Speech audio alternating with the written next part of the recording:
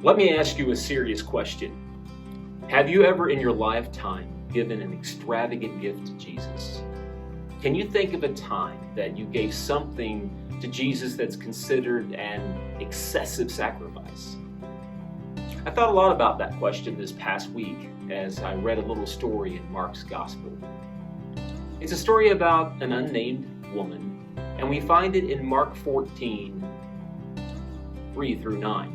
And I encourage you to read that story today. Mark tells us, basically, here's what happens in the story, is that Jesus is in Bethany, just a couple of miles from Jerusalem. And a man named Simon invited Jesus and the disciples over for supper. In the midst of the meal, a woman walks in and heads straight over to Jesus. She breaks the neck off of a bottle of perfume that she's carrying, and she pours the contents, expensive perfume, over the head of Jesus. Now, this is very odd. This woman breaks protocol. It's not her house, it's not her guest, and she doesn't take out the stopper from the bottle and pour a little bit of perfume on Jesus. She breaks the bottle and pours it out, glob, glob, glob. Mark reports that the value in the actual Greek text of 300 denarii, the dinner guests that made up of the disciples, they quickly get their calculators out and figure out that that translates into a year's salary for a typical worker. This is a sacrificial gift. A year's worth of income, healthcare, pension. Everything this woman had to live on was gone in a few seconds. There it is, dripping down the face and shoulders of Jesus. This is not a little tax write-off or an unwanted hand-me-down sofa. This gift definitely got everyone's attention. The dinner guests, they begin to talk. They're mumbling, "What a waste." The perfume was rare, it was valuable. It leads them to say, we could have sold it for more than a year's wages and done something positive with it to, maybe help some poor people. A little expensive perfume is fine, but doggone it, she broke the neck off the bottle and emptied the entire contents. It is a extravagant waste. Mark says, in fact, that they rebuked her, and the word that he uses there means the disciples are they're so upset, they're like snorting like a horse. So frustrated.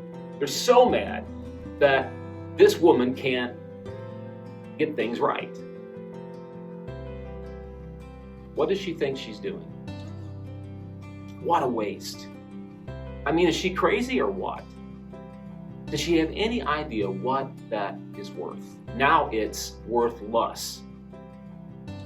So the unnamed woman is criticized. And everyone around that table chimes in, lets her have it. Everyone, that is, except Jesus. It had to frustrate Jesus to hear the response of these men, especially the men who'd followed him for nearly 3 years, criticize this woman for her display of love to him just before his crucifixion.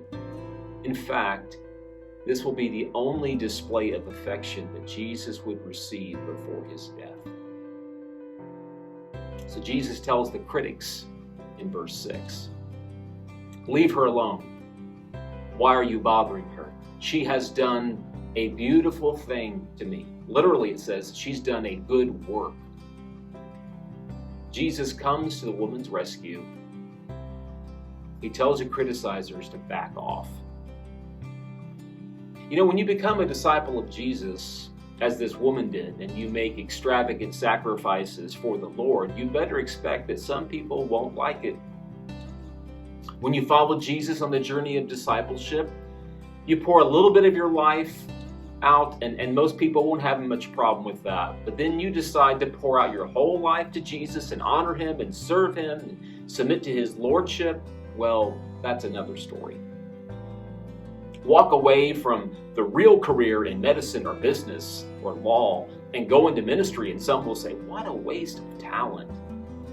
Use your vacation time and money to go serve others on an Indian reservation, and some might say, what a waste of resources.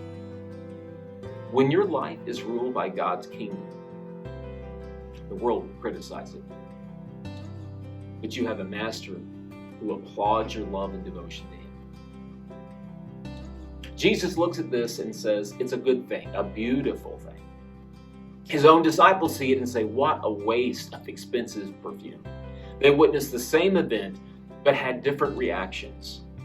The woman actually has a better understanding of what was going on than Jesus' own disciples. She understands and accepts the suffering mission of Jesus. And what's interesting, she doesn't say a word in this story. She keeps her mouth closed, yet opens up her heart to Jesus. This woman pouring out costly perfume foreshadows the costliness of the pouring out of Jesus' blood. But the disciples don't get it. It is a waste. We don't know this woman's name, and Mark tells us it really doesn't matter.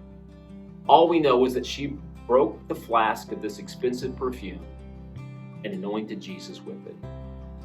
The disciples said it's a waste, and Jesus said, it's beautiful. Mark wants us to think about our journey of discipleship with Jesus.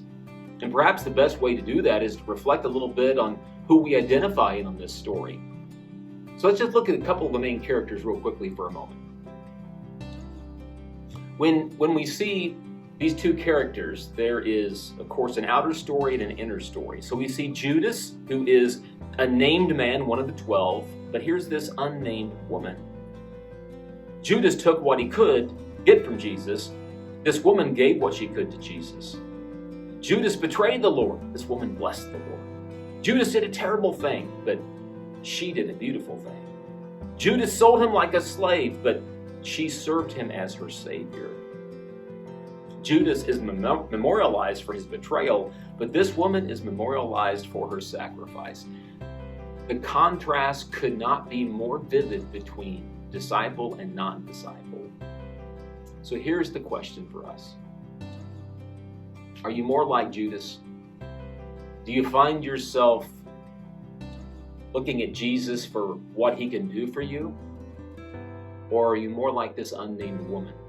Do you find Jesus beautiful and give all you can to him? This woman was not remembered because she was cheap. She was remembered even today because she gave her best.